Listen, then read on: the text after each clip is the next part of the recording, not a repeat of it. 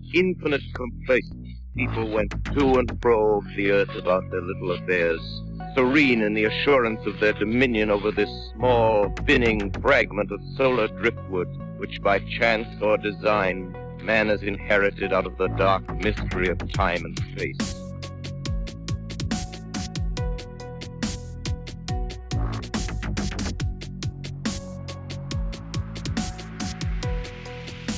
On this episode of Into the Fray, I welcome Adam Lynch of the podcast Houston Strange. Adam, welcome on. Hey, Shannon, it's really nice to be here. I actually just woke up not long ago. That's why my voice sounds like this. It doesn't sound like this all the time. That's right. We both have morning voice. I have the same thing. Don't worry about it. When you first get up, you don't realize, like, oh, I haven't really spoken to anyone yet, so nothing is warmed up. So yes, there is a slight difference. We both have the smoky voice this wonderful morning, so don't worry about it. Well, you reached out on Instagram, and I appreciate that. And you have when did it start? When did you start Houston Strange podcast?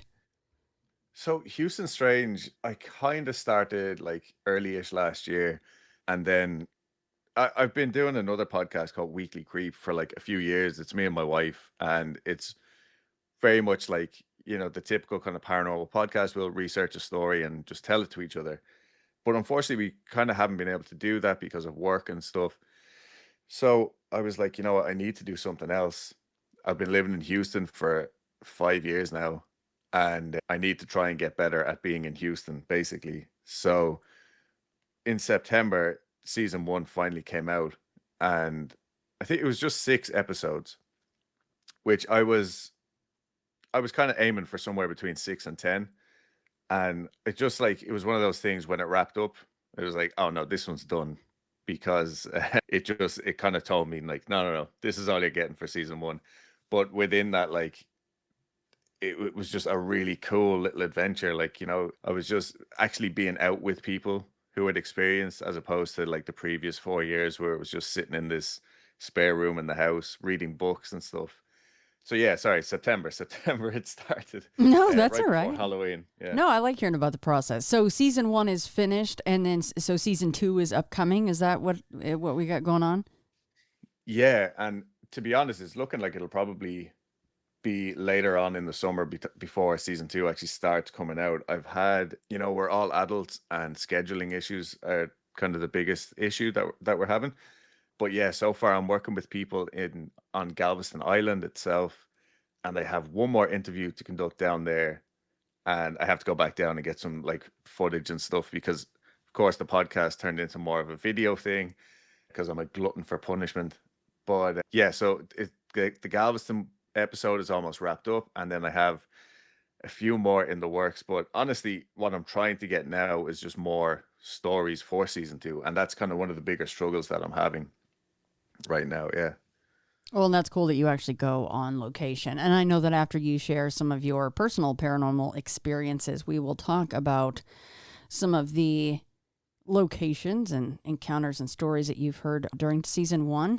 And then we can definitely talk about what's coming up for season 2. So did you go to Galveston? And I don't want to start this now, of course, but is Galveston for season 2, or you already touched on Galveston a bit for season 1?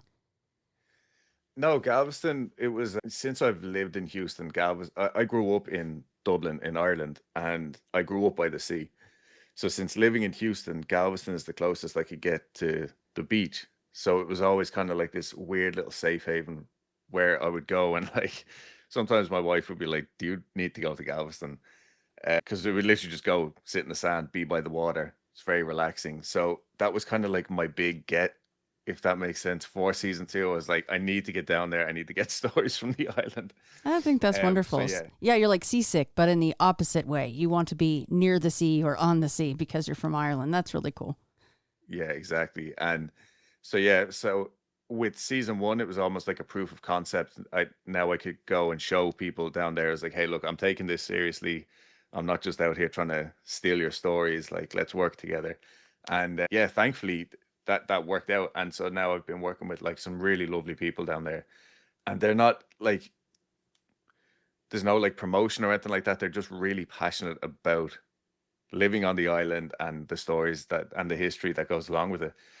So it's really nice in that aspect. But Houston Strange itself, like so far, I've had one story actually from kind of the heart of Houston, and everything else is kind of like they're outliers, you know. But that's another part of living in Houston. It's nobody really lives in Houston, you know. They're all living in these suburbs, and I make a joke like I live in a suburb of Houston, and one of my stories takes place in a suburb of Houston, and it's over an hour for me to get there with no traffic. Like, Yeah. yeah, Yes, you find that very quickly in Texas when we were there shooting for our Dogman doc, and we were in Houston for part of that, a huge part of that. Yeah, it's a lot of driving in Texas, that's for sure. A whole lot of driving. And as you say, even without traffic, you better be ready for have your butt in the seat for quite a while. yeah, yeah. Funny enough, I literally on March 8th, I drove to Denver this was just for a little family vacation. But yeah, I drove all the way to Denver, and I think I was in Texas for like 13 hours or something, straight driving, and nothing changed the whole way, you know. I remember Yeah. that was something Seth said at one point. He's like, I don't know about Texas, man. Like you drive and you drive and you drive and like you said, nothing ever changes, and you never can leave it. Which hey, Texas is great, but yeah, it's definitely one of those things. I can't remember the other state that I've driven through that. Man, I couldn't even tell you, but it was the same exact thing. Just have we even gone anywhere? Did we drive are we driving in a circle somehow? What's going on? So Yeah. It's so apparently West Texas is where it's at, but yeah, it kind of it got like a little bit weird. A lot of the driving I was doing was in the dark, and I was just surrounded by those wind farms. So it was just these flashing red lights, and I was like in the car listening to Pink Floyd. oh And man, you were yeah, really going for it for the vibe. yeah. And then all of a sudden it started bucketing down snow, and I was like, what is even happening anyway? Anyway, yeah, yeah. So there's a lot of driving to be done here. Yeah. Texas, gotta love it. All right, so let's start at the beginning of your paranormal experiences, shall we? Absolutely, yeah. Like I had a very boring childhood, like paranormally, you know, came from lovely, privileged, loving households, and yeah, nothing strange like that I remember ever, other than the fact that my mom was so afraid of horror movies that they like weren't allowed to be on in the house while she was there. So like I remember watching The Exorcist when I was, you know, probably like 12 or something with my dad in secret, like, you know. And so I think that was it. It was like, well, you're not allowed to watch these things. So obviously I had to go like, well, now I need to know what's going on. And like I had gotten this book from my uncle. I think I stole it from, but it was Mysteries of the Unexplained Reader's Digest book. As it turns out, loads of people over here have had it as well. And so I read little stories from that book. And one in particular was the Banshee. And I think because it was an Irish story, I was like, oh my God, this is real and she's coming for me. So I would spend evenings like sleeping in my parents' room and stuff like that. And then they would be just so annoyed because I'm in here disturbing their sleep because I'm reading this scary stuff. But yeah, like that obsession just never really left then. And so still today, I'm like, particularly with books, I find like the first hand accounts people put out in books, like, because they have the time to go into so much detail about every little thing. That's what really kind of grips me about like ghosts, weird encounters in general. But yeah, all the way up until I was like mid 20s, I would say I never actually had like any real experience. And then I was staying in a house that had like an annex built onto it. I mean, we call them granny flats. I don't know what they're called over here, but like it had a separate kind of flat built on that was completely like independent of the house. Like it had like kitchen, toilet, whatever. And I was lying there one night. I wasn't working at the time because I was out with a back injury. So I was reading the entire like Game of Thrones or the Song of Ice and Fire book collection. And I was like, it was really good. I can't remember what part it was, but I was like really, really like buried into this book. And all of a sudden from the bathroom behind me, I just heard someone go, Just like that. And I was actually like, it was the first like verifiable encounter that I had. And I was in such a state of shock that I did what so many people do. I put the book down, I rolled over, and I just went to sleep. That was like literally probably the only thing that I can remember for years and years and years. And like that, it wasn't exciting or anything. And I almost forgot about it until very recently. And I was like, yeah, that was really weird. But the person who had lived in the house before, their partner had passed away from drug related issues. And I don't know, I think even then I just kind of assumed, like, oh, well, that's just Dave. But it's like, all right, moved on.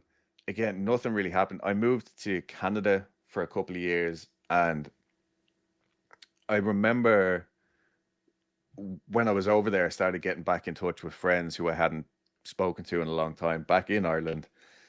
And the spooky thing kind of just like revived itself. And I used to have to stay in hotels a lot for the work that I was doing. And one of the last times I was away, I think I was in Ottawa, and we had been there for like a good few days. We were exhausted putting this store together. And then we had to stay an extra night, but the hotel that we were in was booked. And I remember hearing about I think it's called the High Ottawa Jail Hostel. And I said to my boss, I was like, get me a room in this hostel. I don't care. This is where I want to go. And so, aside from the team that we were actually working with, they just dropped me off. We were driving these big box trucks. They dropped me off right at the jail in like downtown Ottawa. And I went in and didn't know anyone at the time. I wasn't as comfortable like talking with strangers and stuff. And so they were like, yeah, you're in the isolation rooms downstairs. So that was that. Like they just put me in the basement and I slept in solitary confinement. This building is like historically a jail that they've turned into a hostel. I think like starting in the 70s or something. And it's got very like European hostel vibes, but they haven't changed really anything. So like in the room that I was staying in, they still had shackles on the floor from where people would be shackled to the ground hundreds of years ago and stuff.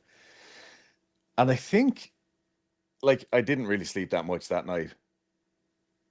I didn't I kept having this like impression that there was like a man standing over me and stuff, but I knew like this isn't paranormal, this is just me freaking myself out.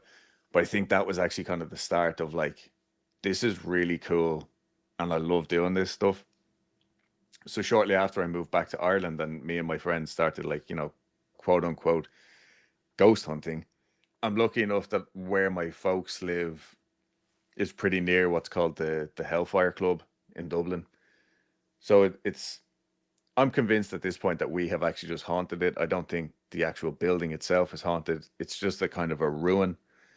And so we would go, I'm trying to think now that, yeah, there was three of us. We would go up there and, you know, I was buying stuff off like Amazon or whatever, small little recorders and whatever. And we would go up, we had been watching Ghost Adventures and we would just try and emulate whatever we had seen on there. But like from the very first time we went up, there was always something. And I'm like wary of EVPs and stuff like that. But some of the ones that we would get, and I haven't, maybe I should re go over some of the stuff that we have. But like we would hear women like screaming, like way off in the distance, just weirdness, constant weirdness. But it also taught us to like really decipher a lot of sounds. Like there's a particular, because it's a wooden or it's a stone building, the ceiling drips with moisture. And there's one particular puddle that it would drip into. And for a long time, we thought we were hearing the word kill, like Kill. We were like, this is really ominous. But then it was like, it had a pattern to it, it had a rhythm to it. And it turned out it was literally just water dropping into a puddle. And Wow, that's fascinating, actually. yeah, and so it like as a ghost nerd, I was like, okay, so this is not paranormal. Maybe it's like if you want to go down the high strangeness route, maybe, but you know, for me, black and white, this is not paranormal. This is a water droplet hitting a puddle at like the perfect with the echo and all, and it sounds like somebody whispering kill over and over again with this particular cheap EVP recorder. But yeah, so it was all like nothing ever really happened when we were there. It was always like when we go back home, we would like review the hours of EVP that we had. And then the last night before I moved to Houston, we went up. It was the regular three of us, and we brought another friend with us who happened to be she's a practicing witch. And so we were like, oh, we'll bring Amy with us and we can do like a little protective ritual and stuff beforehand, and this will be like the safest that we've ever been or whatever. It wasn't. It was like the most active time we ever had up there. We went up like that. Amy hadn't been up there at night at least. And so what we would normally do, because there's usually kids are up there, like, you know, it's a good like necking spot, I guess. And we were always more sketched out about like finding like a group of rowdy kids up like drinking or something. So always when we would get there, we would like just kind of scout around the building itself and then go through each room. Again, it's not a big building, but I think there's 6 kind of smaller rooms in it and then 2 outside rooms. But yeah, on our initial thing, we went up, there was a couple up there. We obviously ruined their evening. These ghost nerds coming up to try and find ghosts. And so after they left, we watched them go all the way down the hill because we were laughing because they literally just went straight down the hill. They didn't go down tracks or anything. We were like, this is ridiculous. Anyway, once they left and we knew they were gone, me and my friend's wife went straight to this like back room upstairs, and we were just making sure there was nobody sleeping there or anything. And like something audibly hissed at us.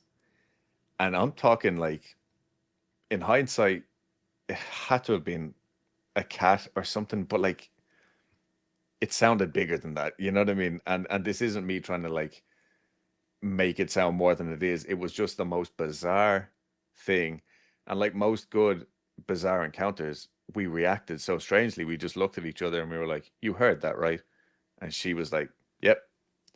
We walked over to the window to make sure like that there was nothing out there or anything. And other than a cat, there's nothing that can make that noise that I'm aware of in Ireland.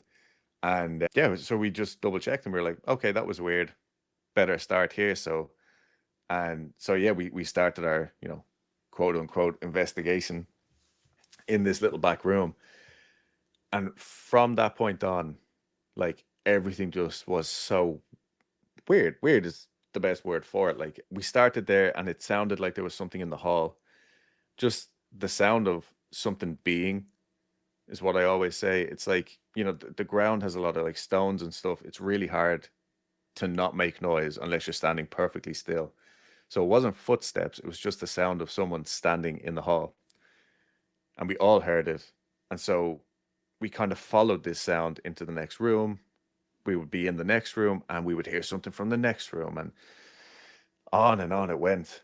And again, it felt like a long time, probably wasn't very long. But then we're in the last room upstairs, and suddenly we hear what sounds like bowling balls or moving furniture like downstairs. And the distance that these noises were traveling, like there's walls in between, you know, like so it physically, even if it was like a dude who just happened to have like, I don't know, an IKEA bookcase at the Hellfire Club that night, he couldn't have physically dragged it straight for that long up and down these rooms because there was obstacles in the way.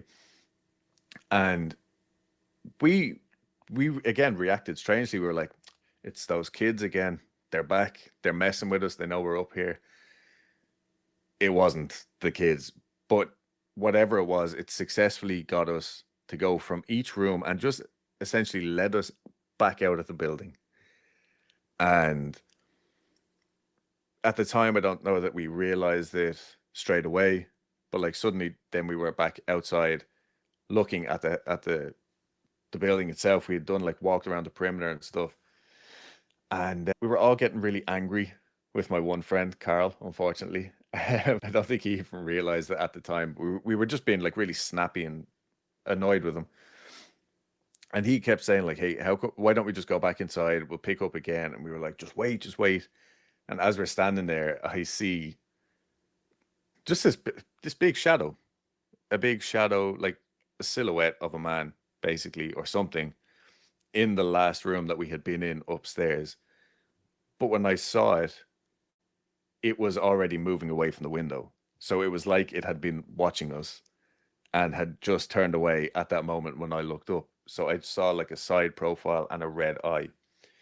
Again, I know how this sounds. It's the only thing I've ever experienced remotely like this. And like straight away, my head went into overdrive, and I was trying to describe what I had seen. I'd like, full body chills.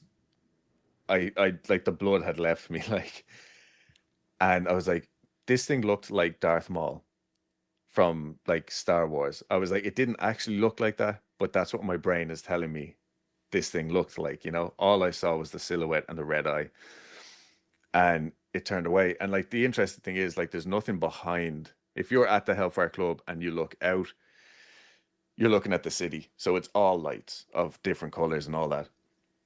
But looking back up to the building, there is no lights. It's just an abandoned building and nothing but, well, you're at the top of a hill, so there's nothing but sky behind it. And yeah, so I still haven't been able to figure out what this, there's no like practical explanation for what this thing was, other than something saying, don't come back in here. You're not welcome. And yeah, so my friend Carl, who we were all getting like really angry with, he was adamant he wanted to go back in. So we finally agreed to go into the two kind of outer buildings because that felt safer for some reason. And then even there, like, we went into the first one and we heard what sounded like, we had a spirit box actually that we were always too afraid to use because it would block out the noise of actual people coming. But we turned it on for like a few minutes in this outer room while one of our friends was like kind of keeping an eye out, and we heard like children and stuff. Again, very subjective. But then this noise of the furniture being moved in the other building, like in the main building, started again. And so we went to the other room and more weird stuff happened and whatever. We were like, look, we're going. And Carl still didn't want to go. He was like, no, just stay, just stay. But as he was walking out of the room, something growled or something hissed at him. I can't remember, but it was enough to make him just kind of quickly run after us and be like, all right, come on, let's go. And then as we're walking down the trail, like a huge distance away from the house, I felt him like hit my hood or something. And I turned around again, being very angry with him. I was like, what are you doing, man? But as I looked, he throws his flashlight on the ground. But there was too much distance between the two of us. He couldn't physically get to me. And he panicked when he threw his flashlight down because it turns out he felt something actually hit the flashlight out of his hand. And so, yeah, I think that was the last time we were up there. We might have gone to visit one time. We were like just visiting. But yeah, that was enough for us to go, all right. No, that was weird. Like this, we got what we were, we got what we came for. We got what we asked for. And yeah, I was terrified. Damn it, Carl. Everyone was pissed at Carl, huh? Poor Carl. Yeah. Even the thing that was there was pissed at Carl. It sounds like it, yeah. But I don't think this was like, the black ghost of Hellfire or anything. I think this was us haunting it. You know what I mean? We were scared. I'm not saying we didn't experience the stuff. I don't like, people take their kids up there for picnics. You know what I mean? They have lovely experiences. So it's just very, very bizarre, the whole experience. Would you mind sharing, as much as you know, what the backstory is of that location? Yeah, like who's supposed to be haunting it and why? There's a lot of similar stories from different houses in Ireland. So if you have heard these stories, it's not that it's just a general ghost story that seems to be like applied to many locations. But historically, the building, I think, was built in like the 1700s. The Hellfire Club was like similar to like the Skull and Bones Society, where it was just, say, the upper echelon of society, men only. They would go here, and it was just a debauchery club. So it was up in the hills. Like today, if you go up there, it's almost like a pilgrimage because you're still going out of the city, even though it's like 10 minutes from like a built-up area, it feels so isolated. So in the 1700s, going there on horse and carriage, like straight from the port, it would have felt like, a journey. And so that's what it was. It was a place where they could gamble, drink. There's a lot of like awful rumors that they would get like they would buy little people and use them as like staff up there. And so there's another rumor, I don't know how true it is, that bodies of small people have been found like where they built a car park for this place. So like obviously these rumors grew legs and people just kind of ran with it, but there's horrific stories of like waitresses and stuff being thrown into the fire by, gamblers who had lost their entire fortune. But Ben Franklin, I think, Benjamin Franklin, he was one of the members of this club. I don't know if he was actually at the one in Dublin, but there's other ones in, I think, France and England as well. So, like, famous people at the time would have been up there, up to no good. A lot of people now think it might have just been a place for, like, homosexual people to practice kind of safely, or, like, big politicians who couldn't be seen to be with other men, stuff like that. So, yeah, the actual ghost story then comes in when the devil showed up one night, as he does, passing through. Now, this stranger shows up on one dark and stormy night, knocks on the door, they let him in. He says, I have money, I want to play cards. And so they set up in one of the rooms. And as they're playing, this guy's winning and winning and winning. He drops a card, or sorry, another player drops a card and bends down to pick it up. And when he looks under the table, he sees this man doesn't have feet, but he has hooves. And then there's a few different variations here. Some say the devil shot up through the roof, which is also the story from Loftus Hall. Others say he shot up through the fireplace. Others say he threw a waitress or a staff into the fire and then jumped out the window. But ultimately, yeah, the devil was supposed to be there. And I think these stories are just told to like the lay people of the time to like, don't even look up there. You know what I mean? Don't go up there. This is, rich man stuff going on up here. So that's the only thing. But like also in very real, like in recent history, like there has been like stabbings and stuff up there. People, mentally unwell people, showed up one night and basically it was like a party that they weren't invited to, and things escalated basically, and people have found strange stuff up there as well that they jump straight to the quote unquote devil worshipping. I don't believe in that kind of stuff. So there's a lot of what it potentially could be. But I did see a black cat one night, and it was only afterwards I learned that there was a legend of a black cat haunting the house at the bottom of the hill, which would have been like the gatekeeper's house at the time. So I thought that was interesting. Like that was an actual legend that I may or may not have seen. We tried everything we could to debunk it. And yeah, I think it was just a little ghost of a black cat. And I was very happy to have seen it. Yeah, that is really cool. And it's I would be the same way. I'm like, I am actually quite happy I didn't know about that because it gives it a slight bit more validity. I mean, it could have just, well, okay, so that leads me to my question. Did it look ethereal in some kind of a way, or did it look like a normal cat?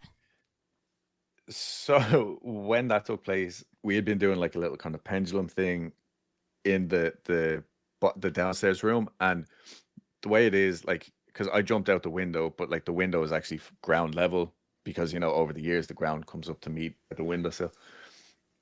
And as we were sitting there concentrating on this thing, I happened to look over the window, and it was again a shadow of what had to have been a black cat. I jumped out the window because I was like, "Oh my God, look, a cat!" And I got all excited. I don't know why, to be honest. Like I've never seen, other than deer, I've never seen any other like stuff up there. Jumped out the window, no sign of it. It was quite light, like quite a bright night though. Like so, I do think we would have seen it running away. I don't know. Cats are fast, but like straight away we were in like debunking mode, and eventually I like pulled out. There was like a black rubbish bag had been like it was in like this kind of the weeds around the windowsill. And I was like, oh, it must have been this blowing in the wind. But that actually only was able to blow in the wind after I had removed it from where it was. So I genuinely don't think it was the rubbish bag. I'm now I'm like 95% in the, I think let's just accept it as a little cat ghost for now, because why not? Like, you know? Yeah, that is very cool. And I always love stories of the devil himself coming up to hang out with us folk. Yeah, exactly. Like, and so through our other podcast, Weekly Creep, like I've actually found that same story now in like, so Loftus Hall is like a famous location in Ireland. Unfortunately, I haven't been there. My friends, Sarah and Carl from the Hellfire Club, they've been there a couple of times for like kind of sleepover events. But yeah, so that the devil story happened there as well. But the variation there is he fell in love with the the Lord's wife or the Lord's daughter or something. And then more recently, I found it just Ireland has this great website. It's duchas.ie. I actually don't know. Duchas is a Gaelic word. I don't know what it means. But in the 1930s or 1940s, because the British didn't allow a lot of Irish history to be kind of kept, it was all oral stuff. And so the elementary schools at the time were given the task of, if you're old enough to write, go home, talk to your old neighbors, your grandparents, whoever. Just find an old person, ask them anything, write it down. So we have, I can't, it's something like 80,000 pages of just child handwriting telling stories from back in the day. So some of it might just be like, well, this is my granny's soda bread recipe. And then the next one might be like, I found stories about, I had a bunch of family die off the coast of Ireland in a horrific lifeboat accident. And I found like 20 something accounts of that same thing from different perspectives. But I also have found really cool ghost stories. And one of them was just this house. I don't even think the house itself is there anymore. I think it's been like redeveloped as just a neighborhood. But again, it's the same story of the devil showing up one night to play cards. And I think he ended up like wreaking havoc with the guy's like vegetable garden or something as well. So it's like all the same story with like slight variations. And like some of it's just, well, that was a really minor inconvenience that was caused. And some of it is, no, he murdered a woman with fire and then burst out through the roof. So yeah. Yeah, some of that is worst case scenario, and others are like, oh, that's not so bad. The devil was in a decent mood that night. Yeah, exactly. Yeah, yeah. But it's one of the things that I really like now with Houston Strange. When people are telling me their stories, my brain, and like this is not like I'm not a wealth of knowledge or anything, but constantly my brain is like just trying to make the connection with other stories. You know, maybe like some of the famous ones like Enfield or the less known ones or whatever as well. And I'll be like, okay, this happened there, this happened there. And I found when I tell people these things, it makes them feel better about their own situation as well, Mm-hmm. because they'll just automatically go, oh, like, okay, so I'm not the only one. And it's not that they're going, oh, I'm not special anymore. It's just they're going, okay, other people have gotten through this before. I can probably get through this too, you know? Yeah, when it comes to the paranormal or cryptid experiences, that's not the time to want to be the only one or to feel special in that way. You don't want to be special in that way. You want to know that there are others out there, which there certainly are. Yeah, exactly. Yeah. Adam, in regards to your mother and the horror movies, have you ever asked her, like, did something happen to you, Mom? Why were horror movies banned in the house? Now, if you know, like my family, we're all like riddled with anxiety for over like, you know, the silliest of things sometimes, but she was just a scaredy cat. I think like that's the nicest way Okay. I can say it. So it's now because I'm into all this stuff, most of our story, like most of the time we're talking, like she'll bring up something weird that has happened. She's a lot more accepting, but she's also still like, you know, very scared. It's funny now how like she's kind of made, because it's me and my two little sisters, and we love like, you know, horror movies, ghost stuff, whatever. And that's what she has made that now because of her fear. You know? And what's funny as well is like I'm not accepting the blame for this, but their house has been like actively haunted for the last kind of 6 years. And I'm not saying it was because I was there, but it did just happen to start around the time when we would start going to the Hellfire Club. So, silly little things would happen. Again, we've lived in that house, or well, they've lived in that house for 25 years now. One day, like I came home, I knew that I was moving away. Like I was only there for a year, so I didn't have like a permanent room or anything. It was just the spare room that was my room, and we were all adults living in the house, so it got like pretty hectic. So one Friday, I was working in construction at the time. We would get half days on Friday. I got home and nobody was in the house. So I was like, this is perfect. I'm going to go upstairs, play my guitar real loud. I'm not going to be bothering anyone, as a 27-year-old child would do.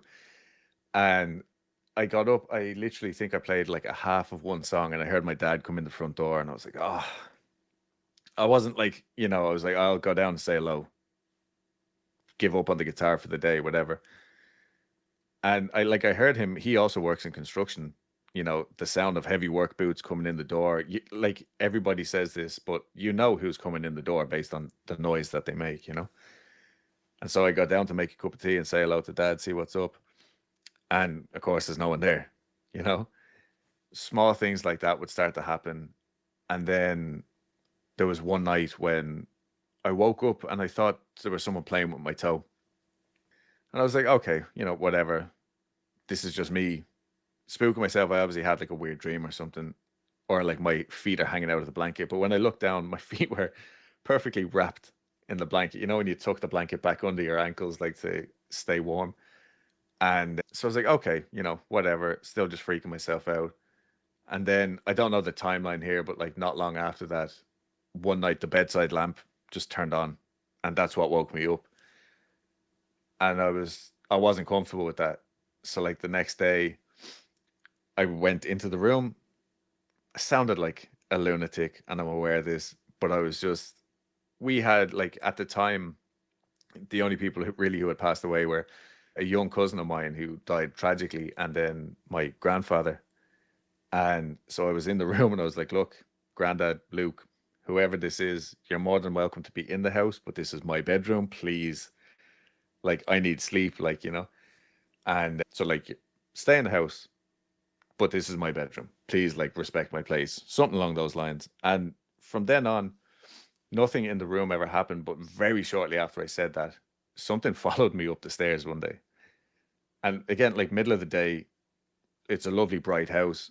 And every footstep, it was like there was a correlating footstep behind me. And I remember stopping on the stairs being like, what is that? Like, and brushed it off. But then when I got to the top of the stairs and the landing, it's almost like whatever this was hanging back. I got into the room. I can't remember. I was probably playing the guitar or doing something anyway. Sat in the corner and I heard the footsteps continue across the landing, and they just stopped at just outside the door. And the door was open, but like the way it opens, I couldn't see around like through it or anything like that. And so I just figured it was whoever it was, respecting my boundary thing. But yeah, like that continued after I left. My dad was getting that room ready for when my niece was being born. He redid it, like, insulated, repainted the whole lot. And he was standing there one day and he's convinced he had like a bunch of electrical connectors. And he says they weren't in his back pocket, but they just hit him on the back and landed on the floor. So he's convinced someone threw them at him. And then just the other day, that family vacation, that big road trip, I actually met my dad and uncle in Denver, and then we headed over to San Francisco. And almost as soon as we got in the car, like I haven't seen him in almost a year, he's like, did I tell you what happened the other day? And him and my mom had been in the house on their own. Now, again, it's a very full house. Like my two sisters and my niece and my sister's partner and all live there now. But yeah, him and my mom were sitting in the sitting room downstairs, and they just heard this big thump coming from upstairs. And so obviously my dad had to go check it out because my mom was terrified in the sitting room. And there was just a candle in the middle of my sister's room. It had fallen off one of the shelves, but like, a big like 3-wick heavy candle. And so straight away he was like, well, I have no, reason why this would happen. That was weird. But then when the weirder thing was what they went back downstairs, he tried to just kind of brush it off to mom. He was like, oh yeah, it was weird, like candle, whatever. My mom's phone let out a sigh, like Siri just sighed. Oh gosh. Yeah, and I was like, he was telling me this, and the candle thing, I was like, okay, it could have been like perilously balanced or whatever, but the weird phone thing, and like again, this has never happened before. And he said, like, he admitted then, like, he got goosebumps, you know. But yeah, so that's still like actively ongoing. And my little sister was like, she tried to brush it off, like that's the room that she stays in. Yeah, they get like a cleaner in once a month to do like a deep clean. And she was like, kind of saying, oh, like, maybe the book on the shelf had fallen when she was up there or something. And then like hours later, the candle fell. I don't know. The other thing is like it was a glass candle and it didn't break, you know. And I was trying to ask my dad like weird questions. I was like, did you hear the candle roll? Because in my head, like poltergeist activity, these things are placed, and he couldn't like, I was trying to fish for these things without just openly coming out. And yeah, so as far as we know, the thing just landed in the middle of the room. But yeah, just weird stuff. And I'm not taking the blame for it, but I'm also not suggesting to them that it only started when I was living there. I mean, could be, yeah. right? I mean, if it is in fact something that you dragged back from the Hellfire Club. Speaking of another kind of cleaning, has the house been cleansed or saged or anything like that? No, it hasn't. And I think a lot of that is because my parents are just convinced that it is, one of the family members. Our house was kind of like the safe haven for that younger cousin who passed away. So I think there's kind of we don't want to kick them out. Like, where else would they go? It's probably an Irish thing, like, to be honest, because like we're not outwardly spiritual or religious, but then stuff like this happens and we straight away, we're like, you know. So yeah, I did suggest it before, and my dad was like, "No, no, no, I don't want any of that weird stuff." And I'm like, "Well, you're having weird stuff happen." But so at the minute, there's nothing like. There's never been anything outwardly scary, I Right. think, and I think if it did get to that stage, then they would. Well, and then the moment that someone comes over and busts out the sage, or you did it, or someone outside came in and did it, then you're really admitting that there's maybe something not wrong, just that something really else is definitely going on. It would be a 100% admission that it's happening, right? So, and especially with your Yeah. mom being scared as she is, yeah, she might be completely against something like that, because then it's almost like winking at, as you say, it's something bad. It's something we have to get rid of. And yes, it's actually happening. Yeah, exactly. And like for her, she's never experienced anything either. There's a few like smaller things, and again, it was like my cousin's photo like flipped forward on the like just randomly one night on the mantelpiece, and then like so she didn't sleep that night. You know what I mean? Even though she was like comforted, it was so it's like this weird mix of emotions. And yeah, I don't know, like I've made the offer. Like obviously I live in Texas now, but like my friends are still all over there. They actively cleanse their house. We cleanse this house all the time. I don't know. Sometimes I think it can come across as very aggressive to a lot of people, especially if they're not familiar with it. For us, it's like vacuuming, you know. But yeah, yeah. Yeah, good maintenance, right? Just in case. So you just said that you occasionally cleanse the house that you're in, and I suppose that's a perfect segue for your next bullet point. Yeah, our haunted lighthouse. I like that when you emailed that. It made me grin. I saw the haunted dash light, and it did. It made me smile. I like that. Well, I'm glad. Yeah. So currently, I live with my in-laws here in Texas, and so my wife has lived here almost all her life. I think they moved here when she was like 2 or something. And yeah, so they're here years, and they're quite religious, and so they don't like to talk about stuff like this, and I just don't bring it up.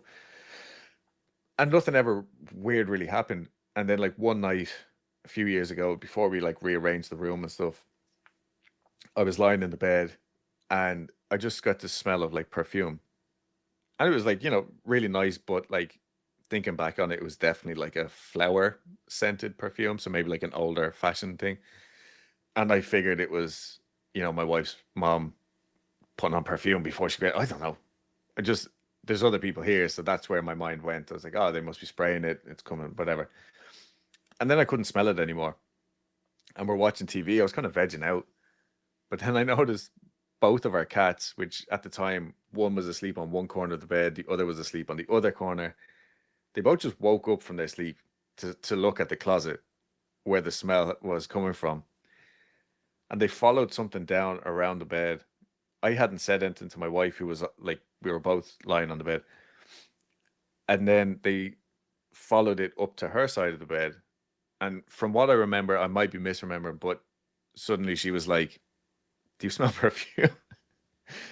And I was like, I did smell perfume when it was on this side of the bed. Like, what is going on here? But yeah, so like we both smelled it, the cats reacted, and then that was it. Like it just kind of petered off, and then has never happened since. And as far as I know, had never happened before that. Very random, really interesting. But again, like that was years ago, like probably 3-4 years ago now. And it was just a kind of a one and done. And then there has been other like weird stuff. Like I've been locked out in the back garden one time, and the key in the door was changed. Now, this could have been me, but I really and truly don't think it was, because I was the one who opened the gate, like to go out there. And then when I came back, I was trying to, like, frustrated trying to get the key in the lock again. Or, sorry, the key was in the lock. I was frustrated trying to get it open. And I realized the wrong key was in the lock. So again, like kind of like trickery stuff. And at that time, I was having like a bit of a weird kind of paranormal bubble, I guess. That's what I call it, because it kind of comes in little phases. Like a bunch of weird stuff will happen and then it'll just go completely flat. And that's where I'm at right now. I'm in one of those kind of flat things for like quite a long time right now. But yeah, we were lying in bed another night, completely unconscious. And all of a sudden, my wife wakes me up and she's like, there's someone in the house. And I was like, had just woken up. I was like, what are you talking about? Like, this is Houston, you know what I mean? I'm thinking like very real intruder. She said, there's someone in the house. Look at Pork Chop. Pork Chop is our cat. And the cat is like on the end of the bed, staring, like, hair up, like she's just staring out the door. I'm like, what is going on? And my wife goes, there is someone wearing high heels in the sitting room. And I was like, when she said that, I reacted, probably got this from my mom, like goosebumps, blood ran cold. I was like, you're imagining it. And then I rolled over to pretend to go to sleep because I was not dealing with it. And then, yeah, like my wife being much braver than I was at the time, she gets up, she checks out the house. Of course, no one's there. She gets back into bed. She's like, that's the weirdest thing. Like, basically, she was woken from a dead sleep and she heard someone wearing high heels walking. This is a smaller house. They went straight from the kitchen living room area to the bathroom, which we can actually see with our door open. The doors have to be open because of the cats. And like that, the cat reacted in real time. She also heard whatever this thing was. And that was it. I was like, tried to brush it off, didn't want to make a big deal out of it. And I was scared. So I was like, okay, whatever. Let's go back to sleep. We're both up early for work tomorrow. And then a few nights later, I'm sitting here editing something. And I had one headphone on, one headphone off kind of thing, doing this video. And I hear, we call it the high-heeled visitor.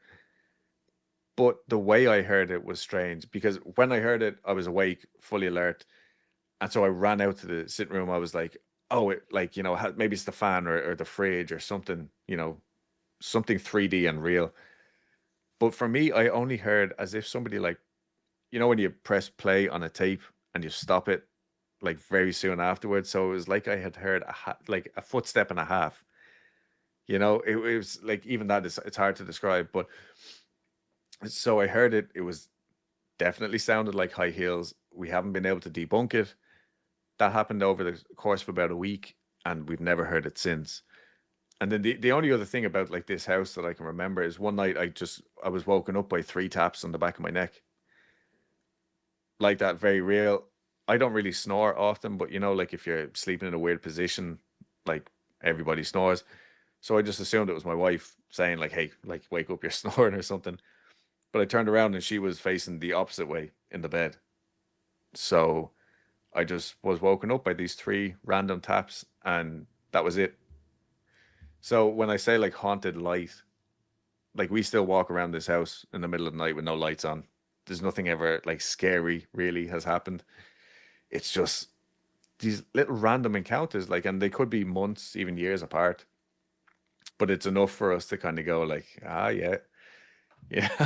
It was actually only when one of our listeners reached out and said, like, I don't know how you guys live in a haunted house, that we kind of thought, like, oh, yeah, I suppose we do, but it's not like this isn't Amityville, you know what I mean? This is just like the house settling. Yeah. That's how I, like, even if it is spiritual or whatever, it's like, no, it's probably just, someone who was here before or something like that. And then my father-in-law admitted one day, a very long time ago, that his brother, who was it? My wife's uncle was having a little nap in the room where we are now. But like he had just come home from work. I guess he was staying here at the time. And he just kind of flaked on the bed, but he wasn't actually asleep. Like, yourself, like when you get in, you just lie down, you're kind of like decompressing. And he heard my wife come in, who would have been like maybe 5 or 6 at the time. And he heard her like coming in as if she was going to sneak up and scare him. So like he was cognizant enough that he was actually waiting for her to pounce so he could like scare her back, kind of thing. And then she never scared him. And when he opened his eyes, like the house was empty. So other than that, like very small little things that have happened here that it just make it just enough like to keep you interested, I think, or to keep me interested at least. I mean, that is cool. And they've been there for a long time, it sounds like. They were not, though, the original or the first people to inhabit that house. Yeah, they've been here like 30 something years, I think, in and around 30 years. And then I think the house was built in like late 70s or 80s. That's just a guess, but yeah. That's a long time to be in one house. Most people don't stay in one house that long, Yeah, no, they've taken their roots, like they're not going anywhere. Yeah. And like there was one weird, I hope this isn't boring, but when I was having that kind of paranormal bubble thing, I had made a point here. Yeah, you're like having these like weird dreams or whatever. Strange stuff. Like I dreamt about a place in work with this manager who wasn't my manager, and then like that day or a few days later, that manager who I don't normally deal with, like he had taken me to this part of the warehouse where I'd never been, and it was literally what I had dreamt of. Weird stuff like that started happening. And there was a morning where I was leaving here, and the house next to us is actually empty. We park our cars in there, and the guy kind of uses it as storage. I don't know. I guess he owns like a bunch of houses or something. He's a nice guy. We have like a good relationship, and it's extra parking for us. But we know it's empty. So anytime like we go over there, if there's a light on or something, we'll text them and be like, "Hey, did you leave the light on?" Or there could be potentially someone in your house. But anyway, one morning I had dreamt of the house. In the dream, I couldn't see. I could see the highlights of someone's face hiding in the shadows, right? Like a full body. And again, this is a dream. So when people tell me dream stories, I'm like, okay, like cool. Like, your brain does wonderful stuff. But have you seen the cover for the movie Smile? I think it's like Oh, yeah. I think it's Mm-hmm. Smile, or maybe it's them, one of those movies, but it's a black girl and you can just see like the highlights of her face kind of thing, and she's like blending in. It's gorgeous. But that's kind of like what this dream thing that I had was. And but the person, it was just much darker and she was like hiding in shadow. Anyway, I go out there the next morning and I'm going to work, and I notice like the light in the house is on. And it was one of these days I texted my father-in-law to text the guy, and he texts back. He's like, "Oh yeah, no, I wasn't over there, but I'll come over and check it out." And it was just like the light was on. Weird. But it was only afterwards I found out that the older woman who had been in the house previous was actually this older black woman. I just assumed that she was Latino because we're in like a really big Hispanic area. So yeah, that was weird. These like weird dreams like around the house that were happening. And again, I don't like, I'm not special or anything. I think maybe it was just a coincidence, but I definitely dreamt of like an older black woman. And then later found out that yeah, it was a black woman who had owned the house. So I thought that was interesting, yeah. And then that kind of led me on. Then not long after that, we took a trip to Colorado, and this was like bucket list stuff for us. We're big fans of a group called Amigo the Devil. If anybody has not heard of them, go and listen to them. They're great. But yeah, so they were actually playing at the Stanley Hotel in like outside Denver. So we were like, okay, this is it. We're going. Come hell or high water, we're getting up there. So we flew up. I should also mention, like, me and my wife met in a Stephen King book club. So the Stanley Hotel was like another big deal for us for that reason. Anyway, we go up, we see the show, all that stuff, and then we had like a couple of nights either side of the show, and we were like, oh, let's do the ghost tour. Typical. I love a good ghost tour. It's great. We get in, and this one was kind of disappointing for one reason or another. I can't really remember why, but it was just like, we weren't having the best time. It was kind of like, okay, maybe the crowd was kind of dull. I don't know. But then they take you down into like, there's like an underground, like, tunnel kind of system or corridor. I don't know. But the hotel is built on the rock of the mountain. So, like, take the tour just to go down there because it was really cool looking. And then we get down. So you're looking at the wooden planks above you that have been there for years and years. You can hear people walking above, and then all this like rock sticking out of the mountain.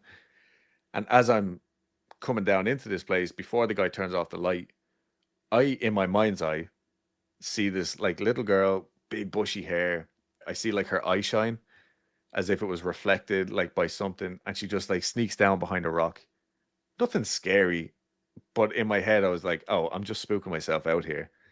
So I go and I stand beside that rock. The guy turns off the light, tells us all the spooky stories. Oh, there was kids down here, like, they'd get away from the nannies, and like this is where they play hide and seek kind of deal. And at this point, me and my wife had become separated in the group. She was at the other end. She had some weird stuff happen. I can't even remember what now. But again, nothing scary. The guy turns on the lights again. He's like, so yeah, like, make sure to take a lot of photos with your phone. I've never taken a photo with anything weird in it, I don't think. But like, we're all tourists. We're doing it. And he goes, these are photos that other people have taken on the tour. And he shows me a picture of the little girl that I had seen when I walked down. And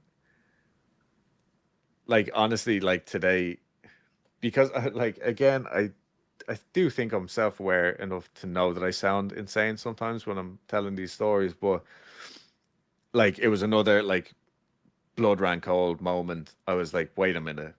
Like, I saw literally this picture. The only difference was when I kind of saw it, her hair was a little bit more wild, but the picture even had the eye shine, which I just thought was such a bizarre detail. So anyway, we got out of there, and I told the guy, like, in my moment of shock, I was like, I saw this little girl when we came down here, and he just looked at me like, yeah, okay, pal, and just completely ignored me and moved on to the next person. What? And yeah, I know. That's strange.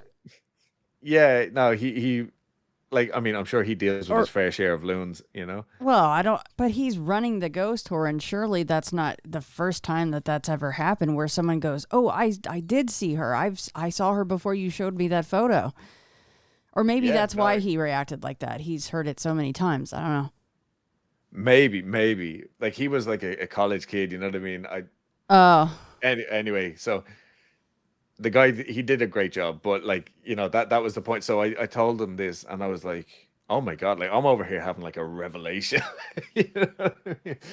And yeah, so when I left there though, I was just like, and I was saying this to someone recently, I can't think who, but I was just like, in that moment, I thought back of like all the other times I was like, oh, you're just spooking yourself out, or, no, this isn't a real thing. Like, things that I just like brushed off. Like, for example, like that night when I was woken up with someone wiggling my toe. As I woke up in my head, I was picturing my little cousin laughing at me. You know what I mean? Like, that was a waking thought. Like, you know what I mean? And that I just brushed off. But then, like, later on, I'm like, well, who knows? You know what I mean? It gets very kind of airy fairy though, and that's unfortunately when I start going down that kind of deep end of stuff, I find myself pulling back because I'm like, I don't know enough about this here to not say the wrong thing. But yeah, that was I had like, I think 3 or 4 of these kind of weird dreams that for whatever reason they felt, just when I woke up, they felt weird enough that I actually documented them. And then later on they happened and I was like, oh, maybe that's why I wrote it down. And then finally, then, yeah, I had this experience at the Stanley Hotel and I was just like, okay, don't know what any of it means. I'm not saying I'm, again, like I'm not special. I'm also like a ghost dud. Like all of this stuff that I've spoken about has happened over like the last, I don't know, 8 years or something, you know? Generally, when I go to a place, like nothing happens. Like we spent the night on Spike Island, which I can talk about as well. I don't know what you're like for time, but like when we went there, it was basically just a dead zone, you know, and I'm convinced it's because of me. You know what, Adam, I feel the same way. I've said it many times on this show. I'm like, if you need some paranormal bear spray, I'm your girl. No, Right. I really want to hear about Spike Island. Oh, okay, okay. So I actually just rewatched this video. It felt like so egotistical, but we, because we were doing weekly creep, we ended up picking up a camera, and then I ended up falling in love with having a camera around with us. So quite often we will make like just family, like home movie kind of stuff, like vlogs, whatever. I'm hesitant to use the word vlog because it's such a trendy word, but I do. And now, like 3 or 4 years later, we don't upload like every week. It could be months or longer without uploading. But now we have this kind of little back catalog that we can look back on, and we have like already there's family members that have passed away, and we are lucky enough that we have like these little silly clips on YouTube that we can go back and look over. But Spike Island was one of these videos that we made. It was me, my wife, and Carl and Sarah of Hellfire fame. They're like still our go-to spooky friends every time we go home. And yeah, this opportunity came up. It was during COVID times. It was like my first. When you come over here as a legal immigrant, you have to wait a long time before you can leave again. And I'm actually currently in another one of those waiting periods where I'm not allowed to leave the country, or else you abandon the process. So I think I was here for almost 2 years before I was actually allowed to go back home. And so we had like saved up whatever from when I could work. I think we did 3 weeks back in Ireland, and we were like, we're here, we're going to do everything we possibly can. And so, yeah, the opportunity came up to go to spend the night on Spike Island. I'm from the east coast of Ireland. Spike Island is a little island off the west coast. And for us, it's a big drive. I think it's like 3.5 hours. It's nothing crazy. But it's known as Ireland's Alcatraz. Just it's a prison on an island. You know, what else are you going to call it? So we go over there, and it's like, honestly, it's fantastic. If anybody ever gets the chance to do it, even just to visit and do like the historical side of things, it's brilliant. You leave, you get the ferry from this gorgeous little town in Cork. I can't think of the name of it now. And so, like, behind you, you have this beautiful town that like just opens up as you're traveling over to this island that feels kind of like Shutter Island, that movie. And then you get to the island, and like you just talk about like isolated. It's gorgeous, but it has like so much horrible history. And there's been people living there, I think, since like 700 AD, something like that. It was a convent. Probably, I'm sure there were people before that, but like there was actual structures on there from around the 700s. And throughout the years with different invasions and stuff like that, I think the French even had it at one point. The British definitely had it for about 800 years. And then, when we finally got our independence, we took advantage of what was a fort and made it into a prison. And then up until as recent as I think 2004, it was still a fully functioning or somewhat functioning prison facility for Ireland. Now it's completely a tourist attraction. And like I said, there's so much history, and it's as a geographical island, it's gorgeous. And then they have like, these old buildings and all the stories that go along with it. So we had basically free reign of the island. There was maybe 15 or 20 people, and we hardly saw anyone. I think we bumped into 2 people like much later on in the night, and everyone was kind of just doing their own, investigation or whatever. So we had gone down, we checked out the old, what's called the dwelling houses where the staff used to live, and, just these fallen down houses, really cool. And then we go back up, and like before we had even started, like it was still bright, and we were kind of just trying to get our bearings, didn't have the camera on or anything. We had walked over to what was called the children's prison. And unfortunately, at one time, this would have been a place where they sent children who were basically orphans, had nowhere to go, send them to the prison. And I think probably at some point it was like, oh, well, this will be good. It'll get them fed. But obviously the conditions were horrific. And as we were walking in, I think 3 of the 4 of us heard it. It's the weirdest sound I've ever heard in my life. It was like a kind of a weird squeaky laugh. But we each heard it like individually.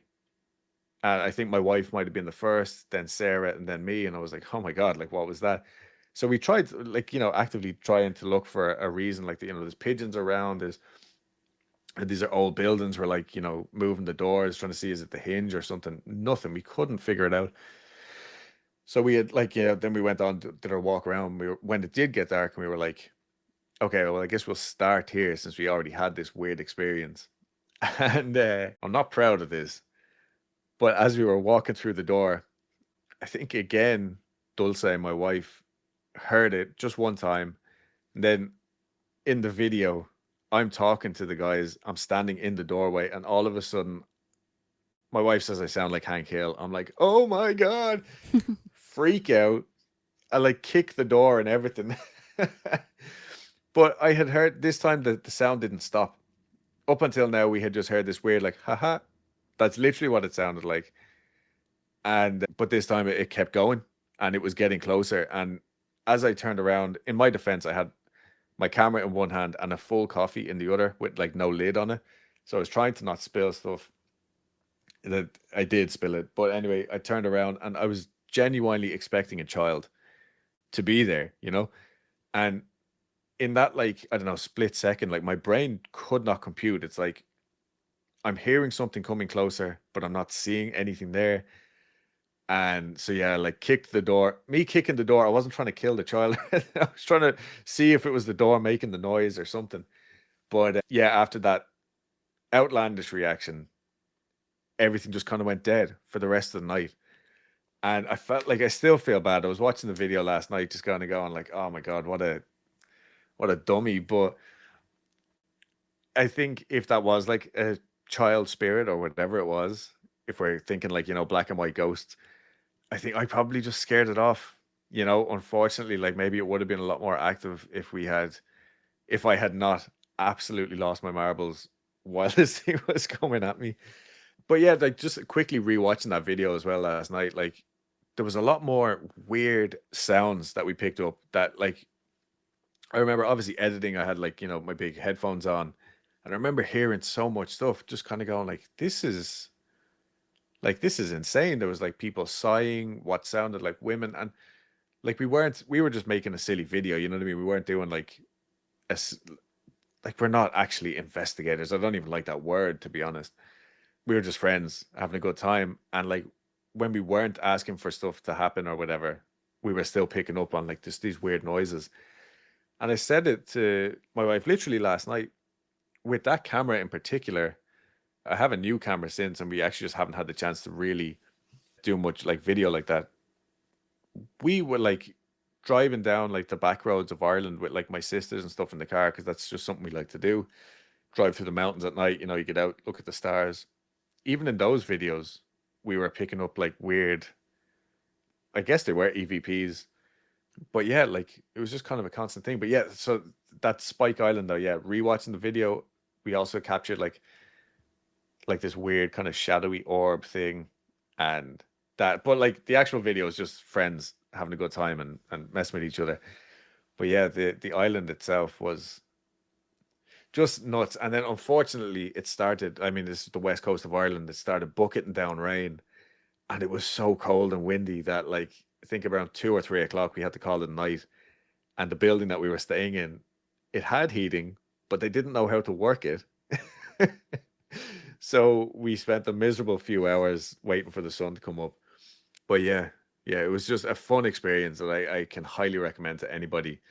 to go ahead and do it. And that poor whatever child spirit thing, yeah, I still feel bad to this day. Yeah.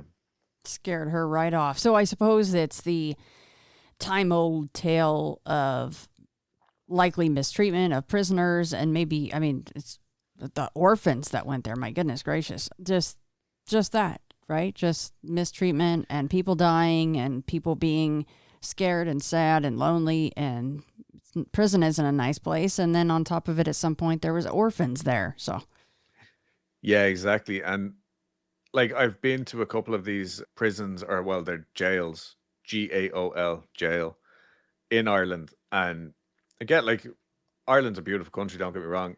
Every country has like horrible things that have happened in the past. And that's one of the things, like it's a consistent theme in a lot of these older jails. Like at one point they would have been used as like basically a poorhouse, whether that was from the British or the Irish sending their own, who knows? Well, I mean, they do know, but I'm saying like both parties were guilty basically. Yeah, it was obviously horrible stories. And like the other thing that I had completely forgotten until this is why I rewatched that video last night, because I had remembered these weird noises and I just wanted to verify for myself. But one of the areas that we were actually in would have been used like a very modern part of the building, part of the prison. I think during like the 1980s, I don't know that there was hunger strikers in there, but there was definitely like more kind of famous criminals. And when we were in there, we kept excuse me, we kept hearing this big like thump, right? And there was no rhythm to it. It would just happen randomly. But because a lot of prisons are built, well, a lot of older prisons are built, so the sound will travel basically, so the guard can hear every little movement. That's why they're so echoey and they're awful. Like acoustically, they're a nightmare, if you are trying to record anything. But yeah, we were in that building for like quite a while, and we would like, ask out, do the usual kind of thing, like, oh, if you're here, like, let us know. And we'd get nothing, but then we'd be talking and we'd just hear the boom, and it would like echo in the whole thing. And the reason why we were there so long is because one, it kept happening, and two, we were trying to debunk it because it didn't feel scary at the time, even though it was like a scary place.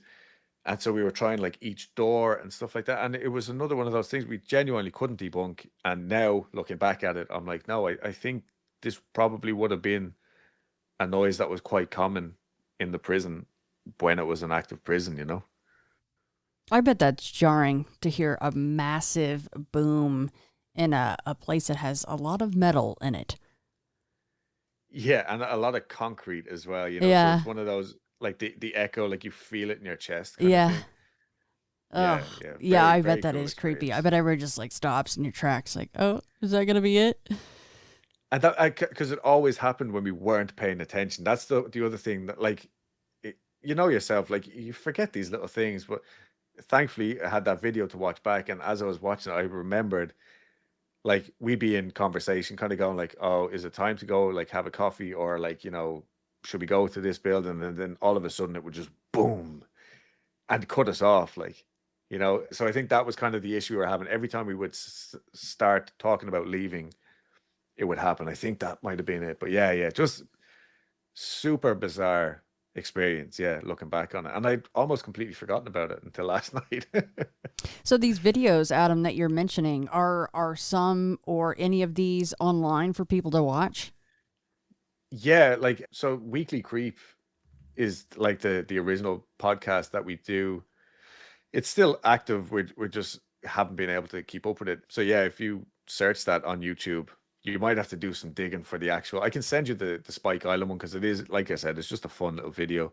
I'll send you the link for that That would be if cool. Yeah. people are interested. Yeah. But yeah, there's like hundreds of videos on there of just us like doing our weekly episodes and stuff, or quote unquote weekly episodes. It's months apart.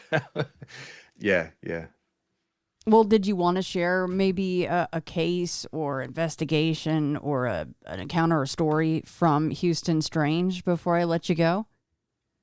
Yeah, absolutely. So I think I mentioned earlier, like Houston Strange, I started it up because it turns out like when we stopped Weekly Creep, basically we had like family tragedies and we were doing a lot of traveling in the early part of last year. And I just realized that I actually need something to keep me occupied. And as well, like I mentioned, I've been in Houston like 5 years, and I felt like I hadn't given enough effort to the city itself. Basically, as cheesy as it sounds, like, you only kind of get what you put into it. So I was like, right, this is my next move. Weekly Creep is lovely and fun. We have great fun doing it for the most part when the workload isn't too much. But Houston Strange, I was like, I want this to be a bit more serious. I had thankfully met a guy through Reddit, of all things, who was living in an area that's like the urban legend. It's known as Black Hope. I've since learned like a lot more about it, but basically he's living in this neighborhood. He's had two houses there. He still owns the other one, but he rents it out. And he's had weird stuff happen in both houses. What's been really nice is like now knowing him as a person, I've seen his kind of paranormal journey and how it's almost come like full circle. It's lovely. But when he initially was making these posts on Reddit, he was like, hey, I live in this neighborhood. I'm having these weird things happen. He wasn't being very specific, but he explained it. And then in the comments, a million people were like, that's Black Hope. That's Black Hope. So I was like, what is this? So I looked up Black Hope, and sure enough, on Unsolved Mysteries in the 90s, they did like a whole episode, or part of an episode at least, about this family who lived in this haunted house. And it turned out like, a few of the neighbors were also having haunted experiences. And they pinned it, the legend seems to have started with the Unsolved Mysteries episode, which I wasn't mad at. I still love the fact that like here we can capture the very beginning of an urban legend, But they said that initially there was a plantation in the area. Some of the land was given to the emancipated people from the plantation. And then unfortunately the town burned down, but obviously the cemetery was unaffected. So people kept burying their dead in the cemetery. And then throughout the years, the cemetery was just kind of forgotten about. And now, they built this neighborhood on top of the old cemetery. It's partly true, but what I found, I did some, again, I don't even like using the word research. I'm not a researcher. I'm not an academic, but through what I have found, I was looking at old maps from, I think like the 18, excuse me, I think like the 1850s. I couldn't find that plantation, but what I did find was a whole pile of small Swedish farms and settlements. And there was a few Irish stuff there as well, obviously. But basically, back in the day, people would bury their own people on their own land. And I think there's like, weird legal things about it today, because I was talking to an old timer that I used to work with, and he was telling me that like he had told his wife, bury me in the backyard and then you won't have to pay property taxes. It's one of those weird like loopholes in the thing. It's like you can't actually do it. But back in the day, this is what people did. They would bury their loved ones on their own land. And then because there were private cemeteries, like the markers weren't really, upkept or anything. And so the land would be sold in parcels back to the government or back to developers and stuff like that. And in the 80s, development company called Purcell, I think was their name. They bought all this area in the town is actually called Crosby. And so they built this lovely development, and it's still like being hugely expanded on. Like as we speak, like they're still building huge amounts of houses up there. Really, really nice neighborhood. They are very, very private, to the point where me and my wife went to check it out before I had actually met up with, I don't want to get his name wrong, because in the episode I've given him a pseudonym so as not to oust him. But before we met up with my guest, we went up just to check out the area, and like even the kind of public looking parks, they're only for residents. And at first I was like, man, this is really weird. Like this is just a public park and a walking trail. But since then, I've learned that actually this is because of ghost hunters and investigators. Ever since the 90s, when this Unsolved Mystery episode aired, people have been trying to quote unquote fix Black Hope. And so even the story of Black Hope, the town that burned down from the emancipated people, like that is true. That did happen. It's just not where they said it did. they based it off of what's known as a freed settlement, which is right next to where that neighborhood is. It's like barely a 5-minute drive. And that still is today like a proudly black area. So that was really cool. And the history of that town is fantastic. It was one guy who had been emancipated. And when he was freed, he set up like, this one little house on this land that he had been given. And he slowly over the years brought his family back, and basically any emancipated people who needed somewhere to go, they lived here. And eventually, it turned from a couple of houses into a school and a church and a thriving community. So this is where the real history and the urban legend kind of came into play. But at the end of the day, regardless of the actual story, my now friend is still having these weird experiences in his house and in his other house. And his neighbor is also having very similar experiences in her house. But the experiences that his neighbor is having, she's not being believed by her partner. So she's having an extremely isolated experience in the sense. And through reading like so many books over the years, I've found this to be the case in like so many stories. And I'm guilty of it myself, but usually it's the wife or the husband is having the experience and the partner doesn't believe it. And then there's no validation for this experience. And it makes it so much worse because now all of a sudden, like, you're isolated, not just from your community because you're having these things, but like you're isolated within your own house from your own family because these things seem to be targeting. Whereas my friend who's having his experiences, him and his wife are quite open about it. They weren't at the start because he didn't want her getting scared. But now, so like almost a year later, it is a year later, I met up with him recently and we had a chat, and he was like, we're kind of just cohabiting with the whatever, like ghosts and energy, whatever it is, to the point where he's convinced that these things are waking him up if he sleeps through his alarm. So like his paranormal journey has come like full circle. It was really scary at one point and it was all very new. And they did invite investigators out, and the only bad experience they really had was when they came out, because like that they came out to quote unquote fix the problem, and they just kind of, it didn't, you know what I mean? Whatever different beliefs and stuff like that, they didn't stop anything. The house is still very active to the point where they're now talking about moving. They want to move to a different area. I think they have better schools for the kids. They're worried now, like, well, what happens to the house when we leave? Like, will the next person be afraid? Will they be afraid? Like, the spirits or whatever. So yeah, that's been really, really interesting on a purely selfish level to see this kind of story grow and develop like that.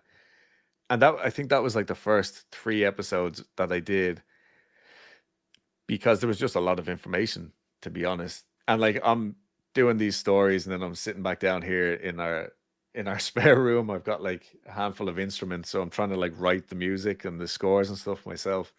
Completely like selfish undertaking. But yeah, then thankfully we also got in touch with a local Houston legend of like the weirdo scene, let's say that. And again, I call this man my friend now because we've spent hours together. I've actually slept in his house. He had an oddities and curiosities store in Houston, which unfortunately was burned down in 2019. This person was mentally unwell and they had a some sort of messiah complex. Anyway, at the end of the day, the shop was burned down. But not only that, like, Lawyer lived at the back of the shop, and his pets were there as well. He had albino peacocks, he had Mina birds, he had cats. Unfortunately, I think one of the cats passed away in the fire. Thankfully, Lawyer and his partner weren't in the house when the fire took place. They were on vacation. But yeah, from that, he kind of almost like disappeared for a while. And it was such a sad thing because even as just a visitor to Houston, that's where me and my wife would go, because it was like, you need to see this really cool store.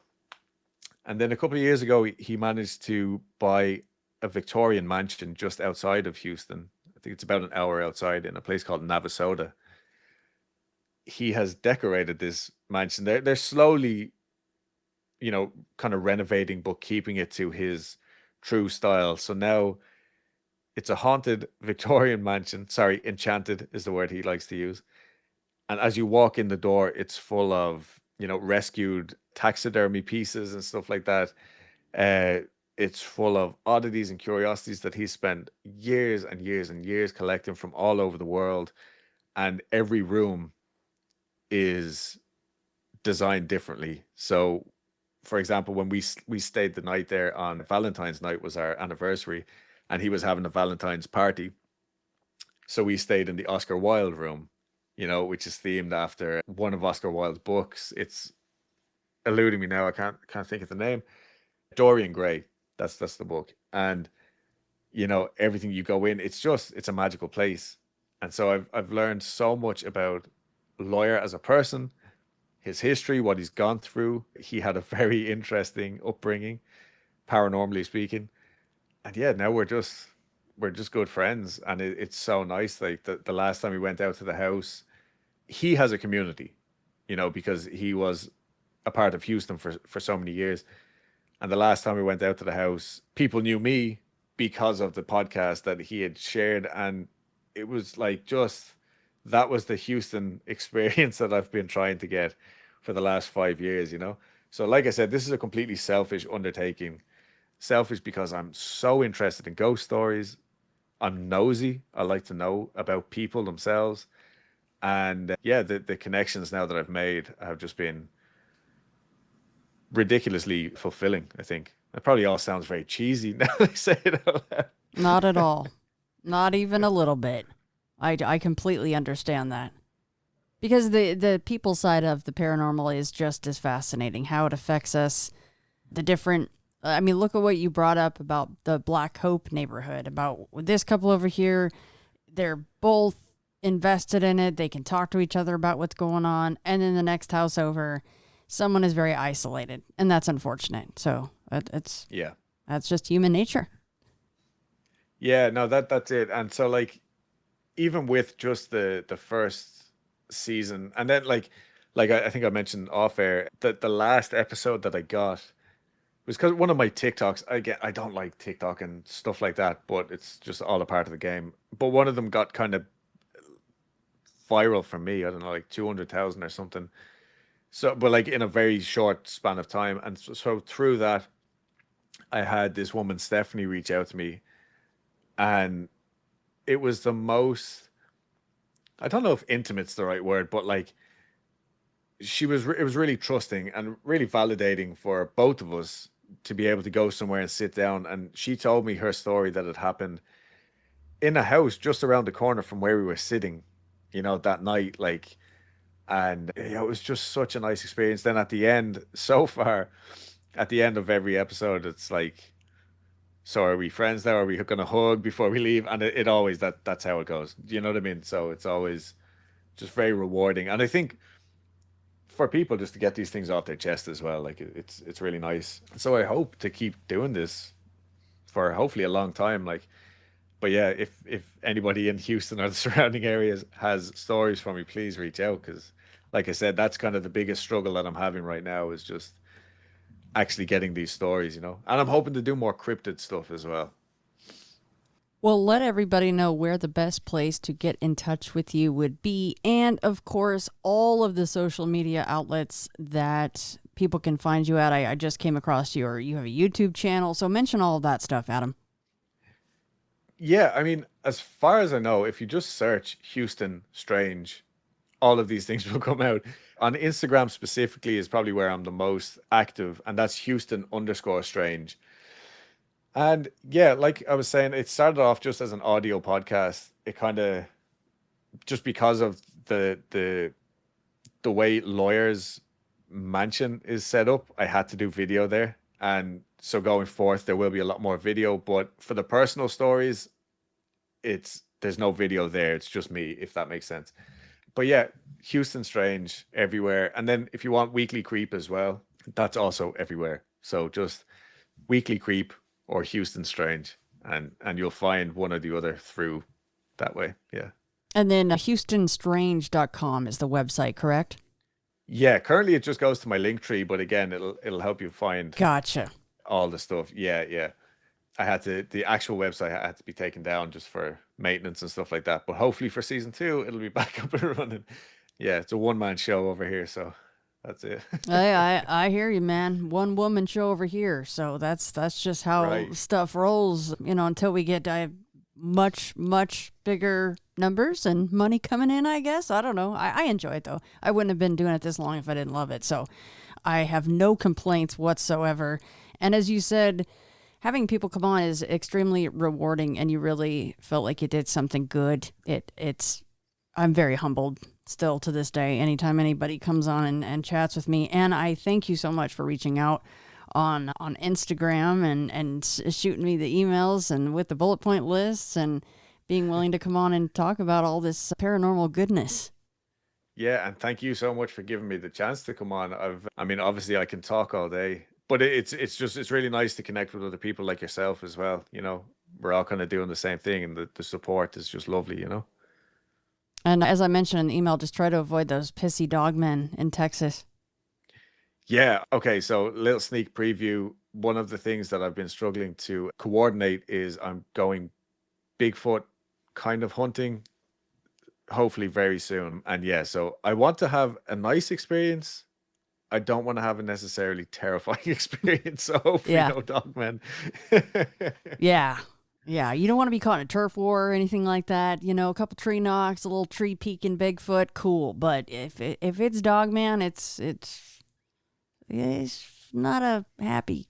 They're not happy campers when you're in their area. I don't hear a lot of I'm gonna have positive to, stories with those dudes. I'll bring maybe some offerings. I don't know. I've built a little bed for the back of my car. I'm spending the night wherever I can to try and get the full experience. But yeah, like I said, hopefully it's not terrifying. That's cool. If you're doing the whole sleep in the car thing, that's kind of cool because then you're like a burrito that's just sitting through the deli case right there. But you know what you can do is just take a whole bunch of, it's just a silly idea, but if the substrate isn't very conducive for tracks, just take a couple pounds of flour out there and just coat around your car. I mean, who knows what might, happen. That's actually a great idea. Yeah. Because part of this is just so as my dad he believes in ghosts. He does not believe in Bigfoot or the like. So part of this is just so as I can call him and be like, guess what I did last night? But no, that's actually a fantastic idea. Yeah. Well, next time then you can rent like a big old, not a moving truck, but a moving van, like a U-Haul's, they'll give you the vans and be like, hey, Dad, you ready to go camping? In the old big thicket? Exactly. Let's go, buddy.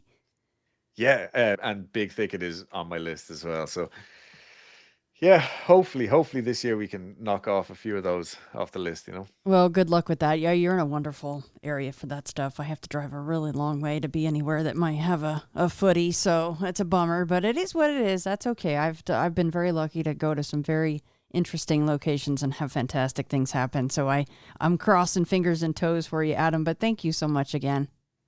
All right, and thank you again for having me. Yeah, I'll definitely be back to catch up if I do see any dogmen.